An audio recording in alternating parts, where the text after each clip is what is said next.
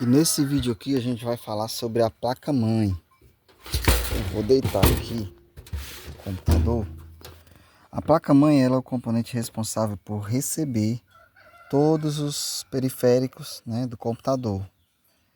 Além do processador, a memória RAM, né, e as placas de vídeo, se for o caso, ela recebe qualquer outro tipo de conexão que vá ser ligada aqui ao computador.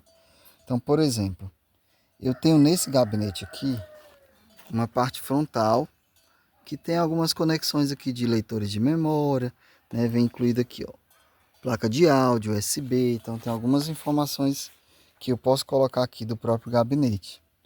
Então, essa placa-mãe, ela suporta, deixa eu ver se vai dar para ler, olha lá, F áudio, vocês estão vendo ali, ó, F áudio, é áudio frontal.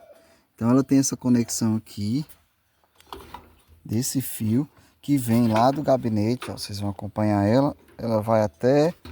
Entra por aqui e vai até a parte frontal lá do gabinete. Então essa conexão ela é feita aqui direto na placa-mãe. Então são dispositivos além do processador e memória, né? Aqui embaixo desse cooler eu tenho o processador instalado. As memórias RAM, memória RAM ficariam aqui as duas, né? Ó, tá aqui, eu tirei para vocês verem no vídeo de memória RAM. E qualquer outro dispositivo, se esse computador tivesse uma placa de vídeo, essa aqui é a conexão da placa de vídeo, ó, ficaria aqui. Ela tem uma placa de vídeo, mas é a placa interna da própria placa-mãe.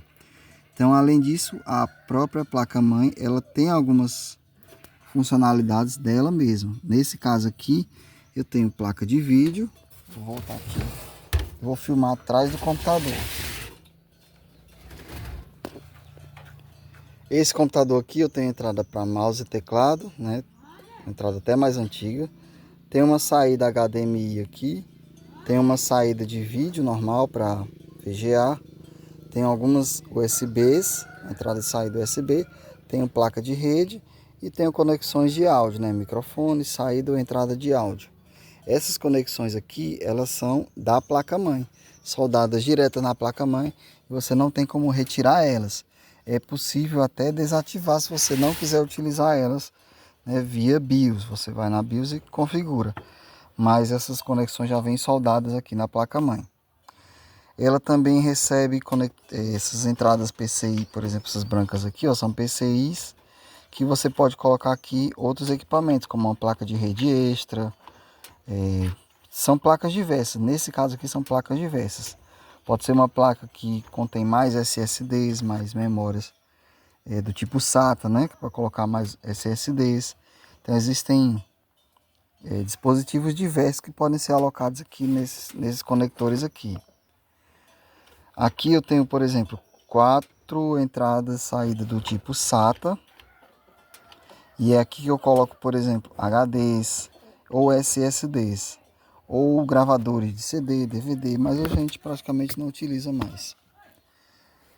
Tenho também esse conector que é de energia. Esse aqui que eu já falei da memória RAM. Tem aonde colocar aqui o processador. O processador ele vai encaixado na placa-mãe. Uma coisa importante que a placa-mãe tem, tá aqui, ó, a bateria para manter a memória do CMOS. E essa bateria é uma bateria como se fosse uma bateria de relógio. Deixa eu dar um zoom aqui.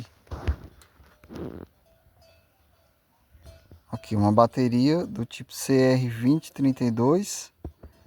Ela guarda as informações de data, hora e mantém o sistema atualizado com as informações que você salvou ali quando você configurou ele. É isso que faz com que você tire ele da tomada e ele mantenha a memória ali enquanto você liga novamente a memória do data e hora, né? Inclusive informação de data e hora. Acho que sobre placa-mãe é isso. Tudo que se conecta ao computador está conectado de alguma forma aqui à placa-mãe. E é ela a responsável por unir todo o conjunto de hardware, né? Para poder o sistema funcionar como um todo. Partes importantes. CMOS, que é a BIOS. A BIOS ela fica gravada diretamente na placa-mãe. Do jeito que ela está aqui, se eu ligar simplesmente a energia e colocar um monitor, por exemplo, com teclado, eu consigo alterar as configurações de BIOS, porque a BIOS não fica no HD, por exemplo, ela fica direto aqui na placa-mãe.